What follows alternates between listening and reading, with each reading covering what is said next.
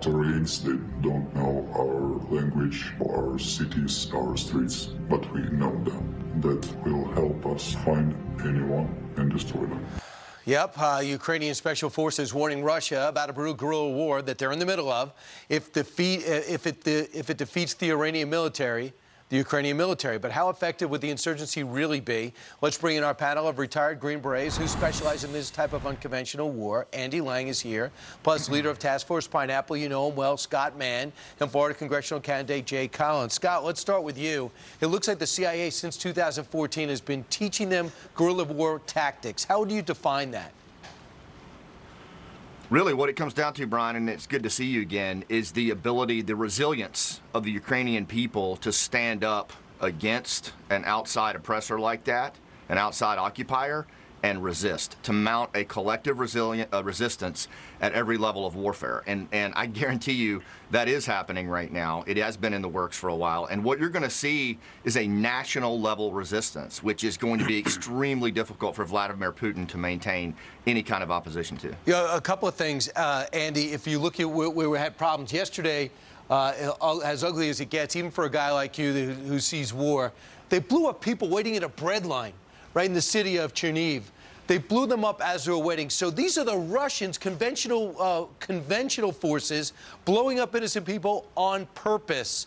How does that change the tactics of someone like you or someone, a Ukrainian, trying to get a degree of revenge or prevent them from taking the city?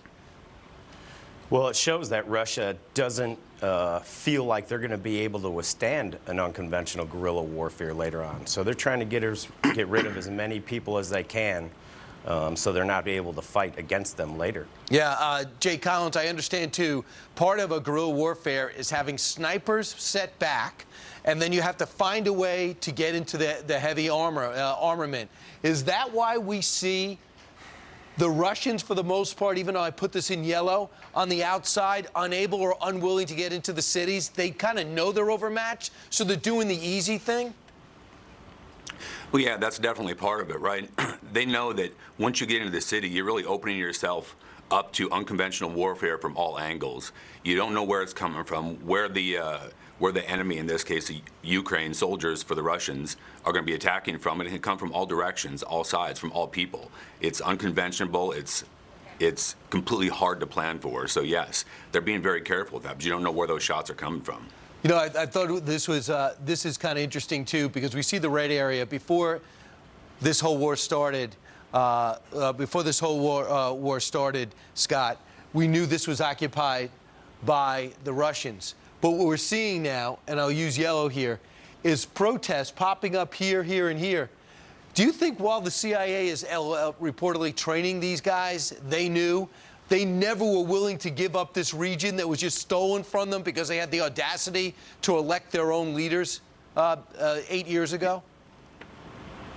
Yeah, I mean, I think the will to fight, the will to resist is what you're seeing on full display right now. It's simply being harnessed by, you know, the agency and other people who know what to do with that. But I tell you, Brian, as we go into this future that we're in right now, America has got to decide how we're going to play in the world, how we're going to lead. We've historically led in situations like this, and that means working by, with, and through our partners.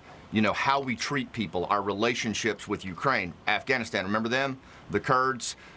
We've got to decide how we're going to establish relationships with these partners, because part of their resilience, part of their ability to fight is the relationships they have with their partners. And right now, we've got some work to do in that area. I know what he's pointing out, too, is that we left the Kurds. We decided on a whim, we're going to stop fighting with you and supplying you, and left them to their own devices. Afghanistan, I don't need to say anymore.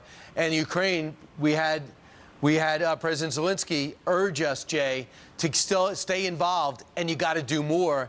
Does it bother you that he's got to ask for that when he used to lead them? Yeah, man, it's heartbreaking. You know, you look at what really caused this, the gap we created in leaving Afghanistan and projecting weakness across the international stage has been filled by our enemy, right? Russia, China, and Iran. And you see all three of them working together against U.S. interests. So yes, it's heartbreaking. It can be solved, but the world's a better place when America leads with courage, strength, and honor. And we have to get back to that. The world knows who we are. We have to remember who we are. Andy, I saw that we have not lost, not we, but the Ukrainians have not lost a major city. They lost Kherson, but there's still fighting going on there. There's protests happening in the street from old women on down. They're stopping them from taking Odessa because of the resistance they're putting up here, even though they have ships over here.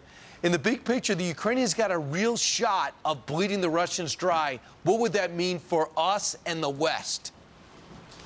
You know, the great thing is that the Ukrainians are already conducting this guerrilla warfare.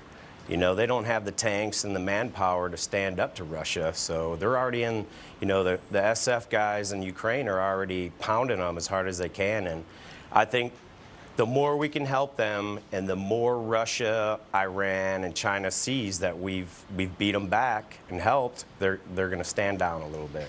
Operation Pineapple always could use your help. They just spend their time trying to get Americans out of war zones, especially Afghanistan still. Jay Collins, good luck in your run. Andy Lang, always great to see you.